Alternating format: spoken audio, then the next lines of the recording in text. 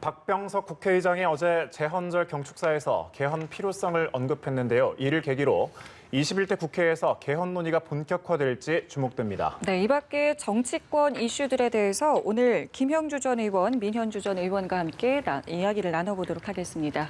어서 오세요. 네, 어서 오십시오. 네, 안녕하세요. 안녕하세요. 자, 박병석 국회의장, 정세균 총리가 어제 개헌 이야기를 공식적으로 꺼냈고 박병석 국회의장은 내년까지가 잡기다. 이렇게 공식적으로 시한까지 못 박았습니다. 여야는 아직 좀 미온적인 입장인데 어떻게 2022년 3월 대선 전까지 좀 논의의 물꼬를 틀 수 있을지. 글쎄요, 이제 그 문재인 대통령께서 이제 관심을 가져서 중임제 대통령제를 밀고 나갔는데 20대 국회에서는 뜻을 이루지 못했고 네. 또 그 당시에 이제 국회의장을 했던 정세균 지금 총리께서 관심을 계속 가지고 계시고 그래서 어제 박병석 의장께서 본인이 생각하는 권력구조 개편의 내용은 좀 다르긴 하지만 네. 상하 야원제 그런 모습이긴 하지만 일정 정도 어쨌든 좀 바람직한 것은 김종인 미래통합당 비대위원장께서도 충분히 검토할 수 있다 이렇게 열어놓았기 때문에 현재 지금 이제 벌써 이제 개헌 87년 개헌한 지가 벌써 30년 가까이 이렇게 되어 가는 과정에서 네. 이제 여러 가지 어떤 시대 정신이나 새로운 것의 변화가 필요합니다.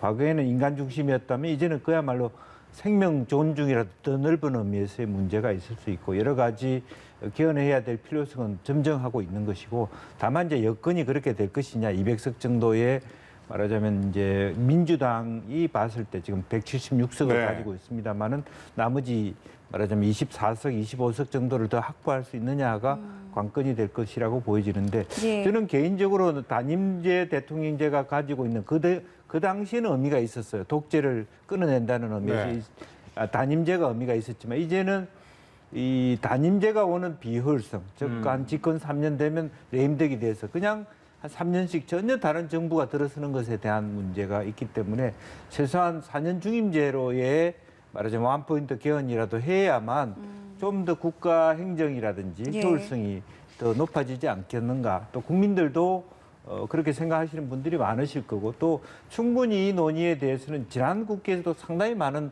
논의의 진전이 있었고 연구가 많이 축적돼 있기 때문에 한번 좀 더 여야가 머리를 맞대고 이 논의에 집중할 필요가 있다. 필요성이 있다. 네, 민 의원께서는 어떻게 보십니까? 글쎄요, 국회의장께서는 7월 17일 재헌절 기념으로 이제 똑같이 이제 발표를 하셨는데 사실 이게 국회에서 차원에서 재헌절 때마다 항상 나오는 이야기가 이제 개헌론 관련해서 불을 지피시는데요. 만일에 지금 이제 민주당 중심이죠. 민주당 중심의 여권에서 정말 진지하게 개헌의 의지가 있다고 하면 지금 논의하는 건 너무 늦었죠. 이미 이제 물론 지금 국회는 이제 시작했지만 사실 문재인 정부가 동의를 해야 이게 진행이 될 수 있는 상황인데 대통령 임기가 2022년 5월까지입니다. 그럼 1년 반 조금 더 남은 건데요.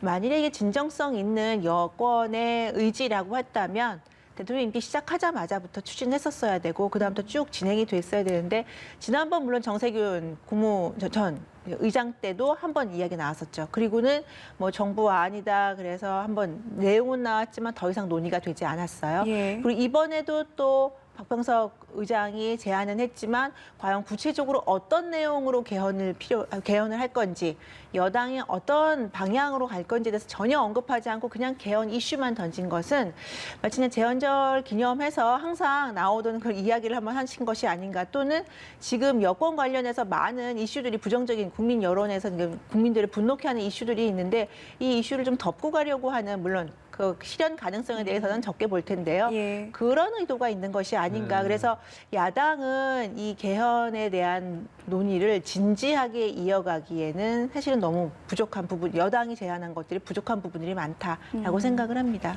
예, 네. 시기적으로 뭐 좀 여러모로 의구심이 좀 든다는 말씀이셨는데 지적하신 대로 사실 박 의장이 구체적인 내용을 언급하지는 않았습니다. 다만 결과적으로 권력 구조 문제가 좀 핵심이 되지 않겠느냐라는 예측 정도가 나오고 있는데요. 어떻게 좀 예상을 하고 계시는지요? 그래서 이제 우선은 이제 여야 정치권은 여러 가지 쟁론이 이어갈 것이라고 보여지는데 예.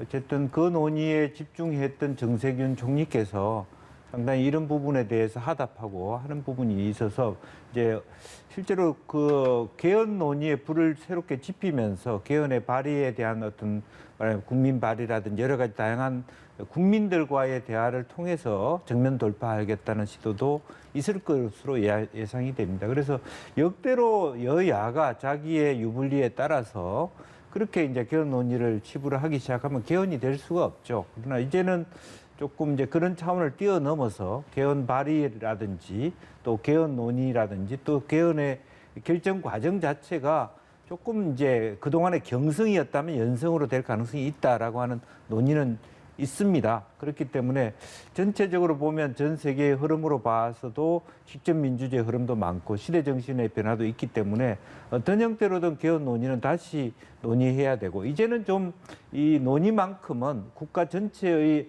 말하자면 정말 코로나 위기 속에서 재정 문제라든지 국가 권력 문제가 그야말로 국민들과 서로 맞지 않았을 경우에 네. 참 국가 전체가 완전히 자초하는 그런 부분이 있습니다. 그래서 이제는 제발 여야가 자기 중심의 어떤 뭐 이해득실에 따라서 개헌 논의를 할 것이 아니라 이제 충분히 그 시점이 왔다라는 데 공감하고 최소한 접점에서 네. 그러니까 여야 모두가 합의할 수 있는 시점을 찾아서 원포인트라도 개헌에 가는 그런 이제 전략 전술을 또 충분히 김종인 비대위원장께서 그런 원론적인 어떤 베이스에 대해서는 공감하시는 것 같거든요. 그래서 네. 물론 강론에 들어가서는 서로 입장 차이가 있겠습니다만은 어쨌든 논의해보는 것이 지금 중요할 것 같습니다. 시점이 됐다. 논의할 시기가 왔다라는 입장이십니다. 자, 좀 주제를 넘어가 볼게요. 이재명 지사 얘기를 해볼 텐데 사법 족쇄가 풀리면서 입장을 적극적으로 밝히고 있는 모습입니다. 어제 그 연합뉴스 인터뷰에서는 비싼 집에 사는 게 죄는 아니다. 정부의 부동산 정책에 각을 세웠고 또 이낙연 의원을 언급하면서 그분은 엘리트, 나는 흑수저다 이렇게 차별을 하기로 했는데 좀 어떻게 보십니까? 이재명 지금 경기지사가 예. 사실은 이제 기사회생을 했다고 이제 기사에 많이 나오고 있지 않습니까? 예. 국민들에게 많은 관심을 가졌는데요. 저는 공교롭게도 이제 그날 대통령의 국회 시정연설이 있던 날이에요. 네. 그런데 이재명 지사 그 선거 대법원 선고가 있기 때문에 민주당 의원들이 대통령 연설에 집중하기보다는 스마트폰으로 이제 이재명 지사 관련해서 기사 검색을 하거나 문자 보내는 게 이제 잡혀서 예. 되게 아이러니한 상황이다라는 생각이 들었는데요. 이재명 지사가 어쨌든 이제까지 어떤 길을 걸어왔든 기사회생을 해서 사실 민주당 입장에서는 그러니까 대선 구도에서 큰 힘을 얻는 것이 아닌가라는 생각이 들어요. 그러니까 지금 현재 민주당과 청와대 관련해서 이제 친문 중심의 정치 구도라는 거에 사실 피로감을 느끼는 국민들이 많습니다. 예. 네. 예, 그러니까 그러니까 민주당이나 문재인 대통령을 적극적으로 지지하는 국민들도 물론 있지만 사실은 많은 국민들이 그거에 대한 피로감을 느끼고 있는 상황에서 민주당은 지지하지만 새로운 인물에 대한 그 기대, 그 열망이 있는 부분에서 이재명 지사가 이렇게 살아서 돌아왔다는 거는 대선 구도에서는 민주당에게는 조금 유리한 측면이 되지 않을까라는 생각이 듭니다. 다만 이제 어제 발표된 당일에는 굉장히 말을 조심하셨는데요. 어제 같은 경우에는 사실은 비싼 집 사는 게 잘못은 아니다라고 해서 우리나라의 중산층과 중상류층에 있는 유권자들의 마음을 아주 저격하는 말을 하지 않았나라는 생각이 네. 듭니다. 그래서 이재명 지사가 바로 이렇게 소신 행보를 하는구나. 그리고 이게 경기도 지사직을 넘어서서 더 큰 계획을 가지고 더 멀리 바라보는 이제 정책 행보를 하지 않나라는 생각이 드는데요. 네. 한 가지 저는 이제 국민으로서 야당의 이제 평론이 아니라 국민으로서 바라는 게 있다면 이제 경기도 지사만으로의 이재명이라는 분에게 대한 관심보다는 사실은 차기 대권 후보로서 이재명이라는 네. 사람에 대한 관심이 높아진 만큼 이제까지 물론 사이다 발언도 있었고 정책도 있었지만 조금 더 안정감 있는 모습을 보여주시면 어떨까라는 네. 그런 바람이 있습니다. 김의원께서는 이재명 지사의 행보 어떻게 보십니까? 이제 한편으로는 이제 그야말로 국민 사이다 발언이라고 네. 김국현 의원도 말씀하셨습니다만은 국민들이 좀 답답해하는 부분을 뿡 뚫어주는 이제 그런 요소가 있고 코로나 중국 속에서 그런 일들을 많이 해서 지지율이 오르게 된 배경이 됐었고요. 또 한편으로는 부동산 관련된 논의 측면은 어떻게 보면 부동산 정책에 대한 일정한 실패라든지 그런 부분이 정부가 스스로 할 수 없는 얘기를 이재명 지사가 저렇게 얘기를 해줌으로써 정부가 정책을 교정해 갈 수 있는 그런 어떤 또 긍정적인 측면도 있다고 보여집니다. 예. 또 실제로 많은 정책들이 계속 이렇게 보완하듯이 땜질식 하다 보니까 그것이 어디로 가는지도 모르겠고 실제로 실효를 거두고 있는지에 대한 당내에서의 비판도 네. 분명히 있고 누가 책임져야 되느냐 하는 논쟁도 서서히 끌어오르고 있는 상황이기 때문에 전체적으로 보면 너무 많은 정책을 가다 보면 왜 이 정책을 하지 이런 초발심을 잃어버릴 수가 있는 것 같은데 실제로 그야말로 내가 집 한 채 지고 평생 살았는데 내 집값이 갑자기 아니 10년 전에 20억인데 지금 60억이 됐다. 그걸 죄인처럼 할 수는 없는 부분이다. 그런 말씀을 하시는 것 같고요. 이제 그런 면에서 집값을 갖고 있는 게 아니라 내 집 가지고 그 집이 100억이든 200이든 살아가시는 분이 그냥 그 자리에서 딱 집값은 올랐을 수는 있는지 모르지만 하우스푸일 수도 있거든. 예. 내 통장에 참 만 원밖에 없지만 집값은 60억인데 그걸 팔기는 싫은 집이라고 하는 건 가치만 있는 게 아니라 교환 가치만 있는 게 아니라 사용 가치도 있잖아요. 정이 네. 들어서 못 팔 수도 있는 것이고 이제 그런 면에서 조금 더 과열되어 있는 정책도 너무 말하자면 목표에 타겟팅을 하다 보니까 전혀 의외의 다른 풍선 효과들이 생기지 않습니까? 이제 세입자들을 위해서 또 하다 보니까 세입자들을 위한 게 아니라 전월세 가격이 폭등해서 오히려 그들에게 피해를 주는 예기치 못했던 일들이 많이 생기고 있기 때문에 이제 그런 면에서 아이래 저런 얘기 하나가 오히려 당이나 정부로 하여금 다시 원점으로 돌아가서 무엇이 문제인가를 생각해 보는 계기가 된다라는 측면이고 또 비판을 해왔던 현 정부 비판자도 일정 정도 포용해내는 네. 그런 효과는 있을 것 같다는 생각이 듭니다. 예. 또 하나 이제 민주당의 차기 대선 구도에도 어쩔 수 없이 이제 또 관심이 그렇습니다. 쏠리고 있는데요. 특히나 이제 이낙연 의원과 이재명 지사를 주목하는 이유가 조금 전에 민 의원님께서도 말씀을 해주셨습니다만 두 분 다 이제 친문계가 아니라는 것 때문인데요. 때문에 앞으로 어느 쪽의 표의 확장성 측면에서 좀 더 유리할 것이냐 이런 부분에도 관심이 있습니다. 어떻게 좀 지금 예상하십니까? 이제 안타깝게도 이제 박은순 서울시장께서 이제 그렇게 황망하게 가셨기 네. 때문에 후보군이 사실 더 줄어드는 예. 결과들 그리고 최근에 대통령 지지율도 떨어지고 있기 때문에 어쩐가 새로운 말하자면 대선 후보들이 국민적 지지를 빨아들여야 되는 과제가 있는데 실제로 두 분 스타일이 한 분은 아주 이재명 지사는 인파이트입니다. 안으로 들어가서 확 치고 들어간다 그러면 예. 저 이낙연 총리는 이렇게 바깥으로 돌면서 이렇게 잽을 날리는 전혀 아주 다른 전혀 모습이잖아요. 다른 이제 스타일이신데 예, 맞습니다. 또 한편으로 보면 이제 뭐 두 분 다 친문이 아니다고 할 수 있지만 그래도 말하자면 그 이낙연 후보 같은 경우는 대통령께서 초대 총리로 모셔왔다는 면에서 그렇게 완전 친문과 단절돼 있다고 보기 어렵다면 이제 그 이재명 지사 측은 좀 그런 측면이 있었죠. 지난 경기지사 경선에서도 여러 네. 가지 있었습니다만 지금 친문 진영에서 이분들을 친문이다 아니다라고 구분할 만한 그런 상황이 아니라는 것. 이제 그런 면에서 지나치게 친문이 아니냐가 크게 앞으로 행보에 걸림돌이 되지는 않을 것이다라는 측면이고 또 아까 말씀 주신 대로 그렇다 하더라도 그러면 이낙연 후보가 지나친 그 친문의 어떤 핵심이냐 보기에는 예. 그렇지 않단 말입니다. 베이스 자체가 김대중 정부부터 시작했던 정치 행적이 있기 때문에 그런 면에서 좀 유출을 한 입장에서 두 분이 아주 뭐랄까 건강하게 네. 맞붙고 그런 것을 이제 당이나 지지자들이 보면서 누구를 지원할까 하는 생각들이 들지 않겠나 그렇게 생각이 듭니다. 민 의원님의 생각도 좀 듣고 싶은데요. 저는 확장성이라는 측면에서 민주당이 이제 정권 재창출을 목표로 했을 때 되게 갈등이 생길 것 같아요. 그러니까 확장성이라는 측면에서 제가 볼 때는 이재명 지사가 더 유리한 것이 아닌가라는 생각이 듭니다. 왜냐하면 지금 말씀하신 대로 지지층 기반이라든지 그다음에 지역적 기반에서도 이재명 지사의 확장성, 그러니까 중도로 확장하는 부분, 그러니까 열혈 친문 지지자들을 제외한 다른 계층의 지지자들을 흡수하는 측면이나 아니면 지역적인 측면에서 전통적인 호남 기반이 아닌 이재명 지사 같은 경우는 경북 출신이거든요. 네. 이제 이런 측면에서 확장성은 이재명 지사가 더 높은 점수를 받지 않을까라는 생각이 드는데요. 또 한편으로는 지금 호남 지역을 중심으로 호남 열망, 대망론이 있습니다. 그러니까 호남 지역 주민들은 호남에서 다음 대통령을 꼭 만들어내겠다라는 그런 열망이 있는 걸로 많이 알려지고 있는데요.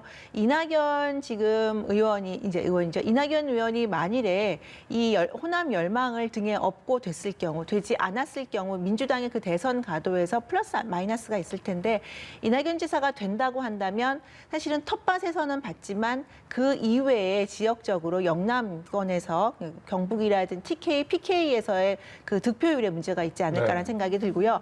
그렇다고 해서 이낙연 지사가 아닌 이낙연 의원이 아닌 이재명 지사가 만일에 후보가 된다고 한다면 텃밭에서의 이 표 관리가 과연 민주당이 어떤 전략을 내세울까라는 측면에서 민주당이 정권 재창출을 놓고 굉장히 큰 고민에 빠지지 않을까라는 생각이 듭니다. 네, 알겠습니다. 말씀 잘 들어봤습니다.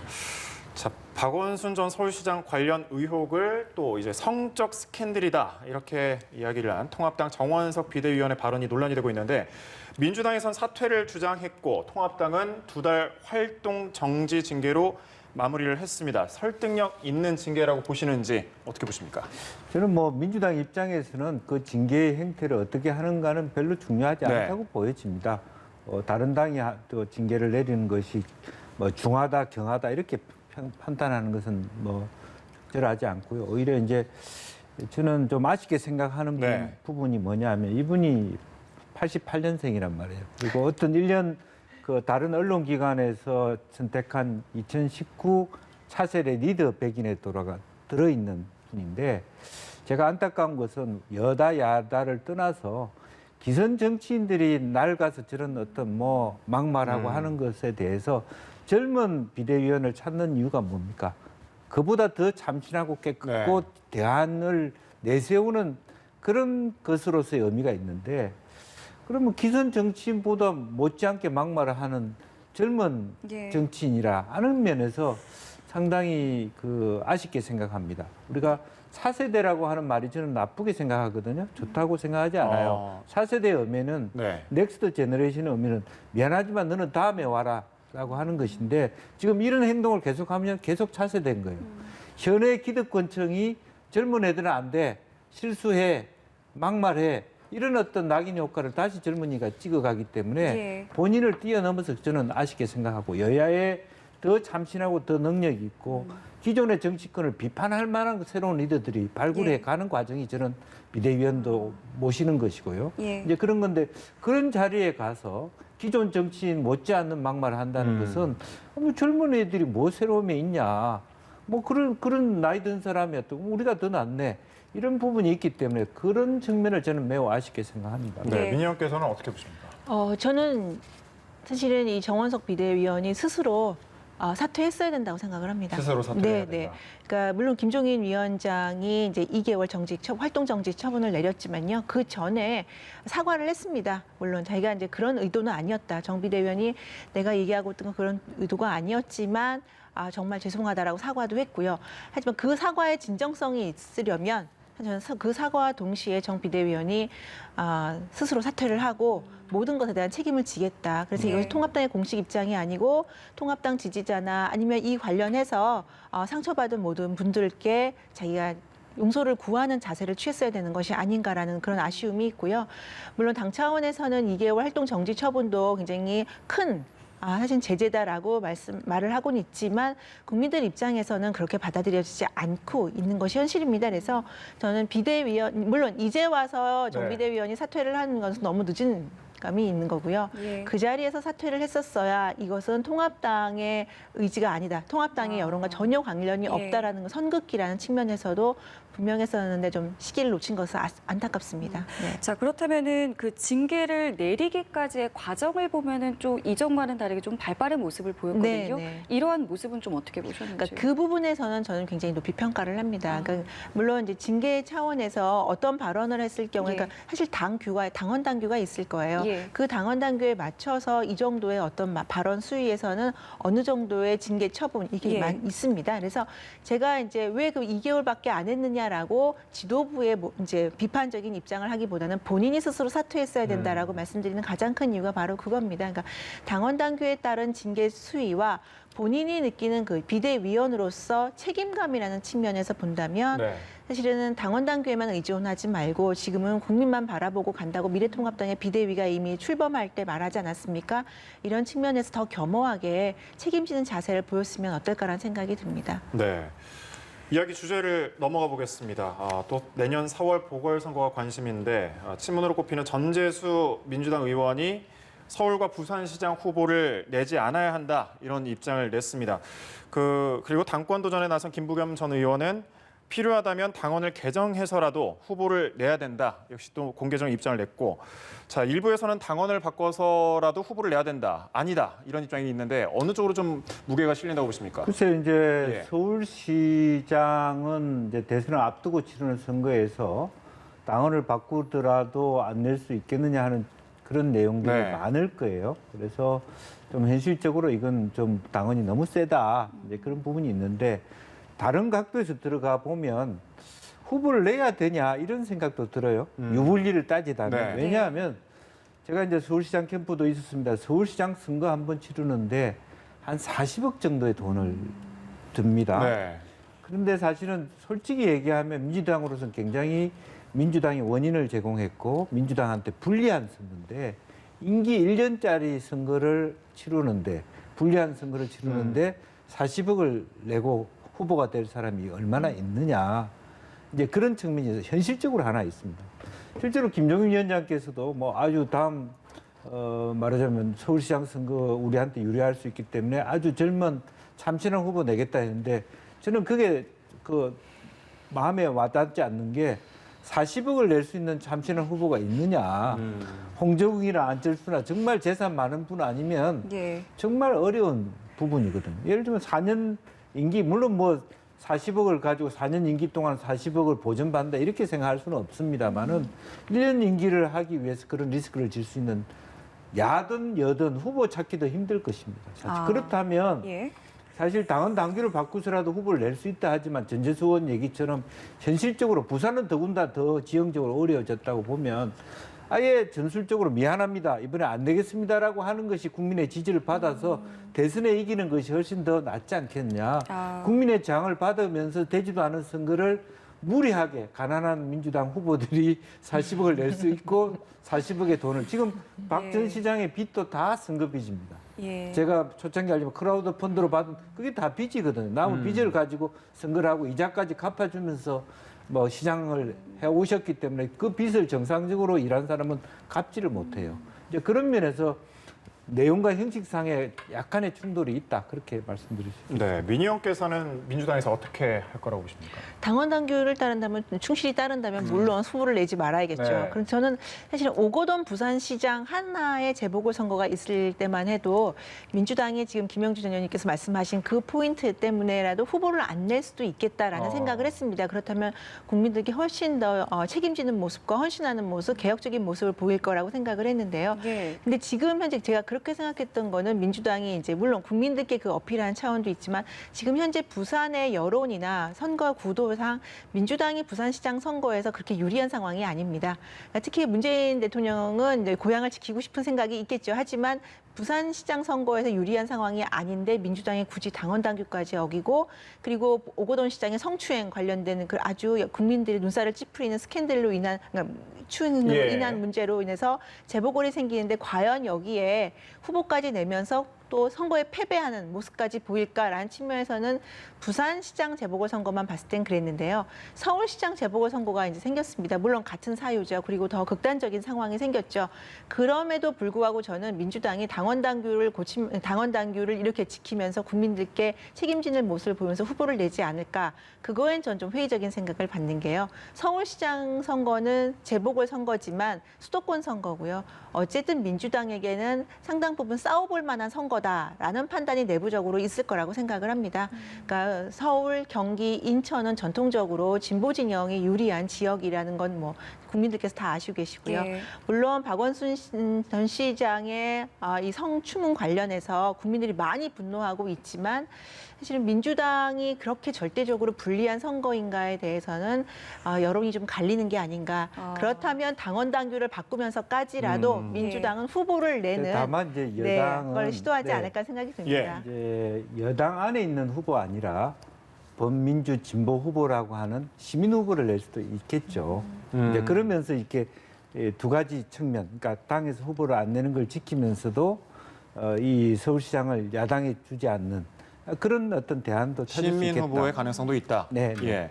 그러니까 뭐 법녀연대라고 하는 차원에서 그런 모색도 논의를 해볼 수는 있지 않겠나 생각이 듭니다. 네, 뭐 다양한 가능성에 대해서 앞으로 민주당이 어떤 판단을 내릴지도 지켜봐야 될 것 같고요.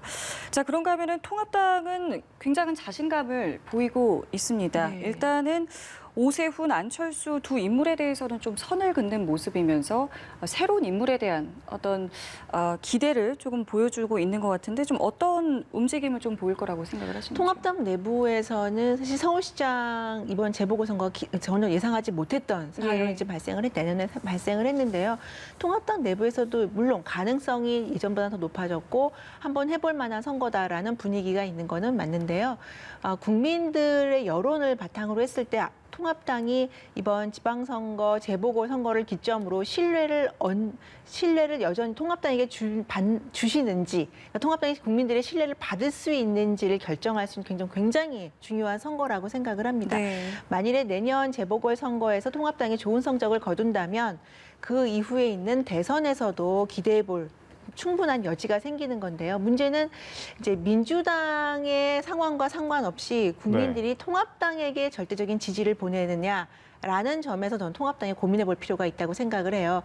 그래서 김종인 위원장이 발언에 오세훈 전 시장이나 안철수 전 의원에 대해 선긋기를 한 게 그런 차원이 아닌가라는 생각이 듭니다. 일단 오세훈 전 시장 같은 경우에는 박원순 전 시장에게 서울시장을 넘겨주게 된 결정적인 계기가 된 무상급식 주민투표가 있지 않았습니까?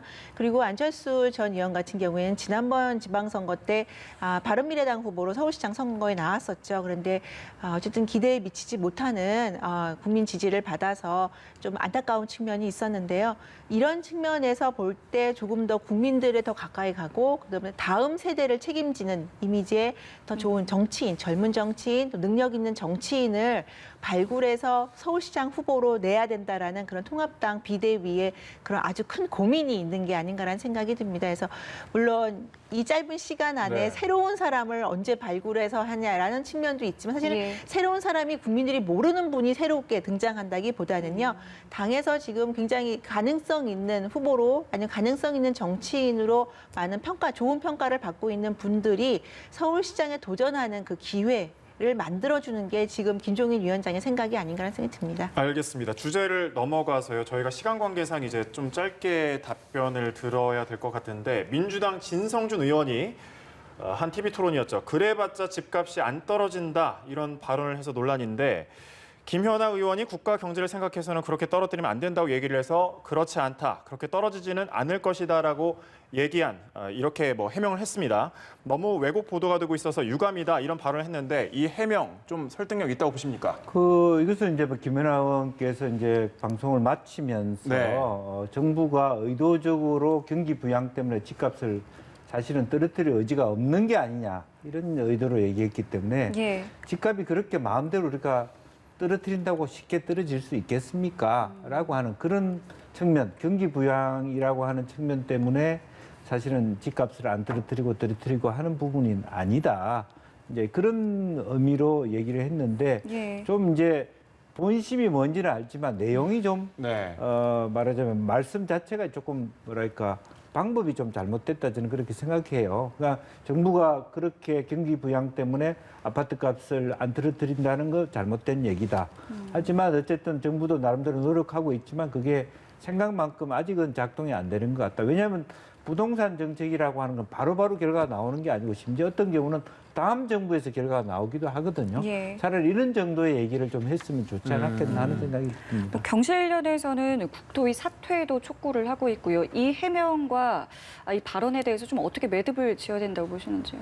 진성준 의원이 이제 그 발언 이후에 언론이 왜곡하고 있다, 예. 악의적으로 보도하고 있다라고 하는데 국민들은 이미 그 클립이 다 떴어요. 그래서 그걸 보시면 아시겠지만 왜곡을 할 만한 발언들이 아닙니다. 그 맥락을 다 봤을 때 진성준 의원 정말 이런다고 집값 안 떨어져요. 이렇게 말하지 않았습니까? 지금 국민들이 의심하고 있는 것은 뭐냐면 처음에는 문재인 정부의 그 부동산 정책을 보니까 정말 집값을 잡으려고 특히 특정 지역의 집값을 잡으려고 하는 건가?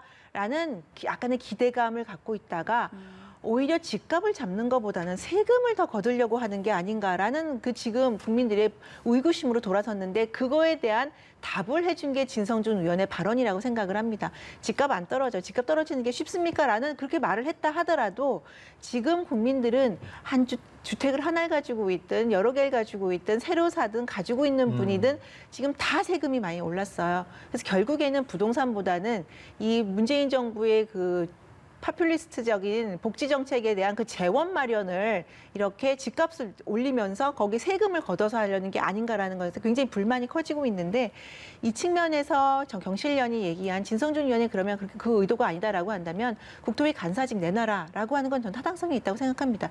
집값을 잡을 의지가 부족하다는 걸 보여준 이상 그럼 국토위에서 여당의 간사로서 역할이 무엇이겠느냐? 그럼 현재 집값 유지하는 거냐? 라는 말이 발될 수밖에 없기 때문에요. 본인이 뭐 의도에 어쨌든 결과적으로 국민들께 드리는 시그널은 집값 안 떨어집니다. 라고 답이 나왔기 때문에 그에 대한 책임을 지는 차원에서 국토위 간사 내려놓는 것이 맞지 않나라는 생각이 듭니다. 알겠습니다. 정치권 이슈들 두 분과 함께 짚어봤습니다. 김형주 전 의원, 민현주 전 의원과 함께 짚어봤습니다. 말씀 고맙습니다. 감사합니다.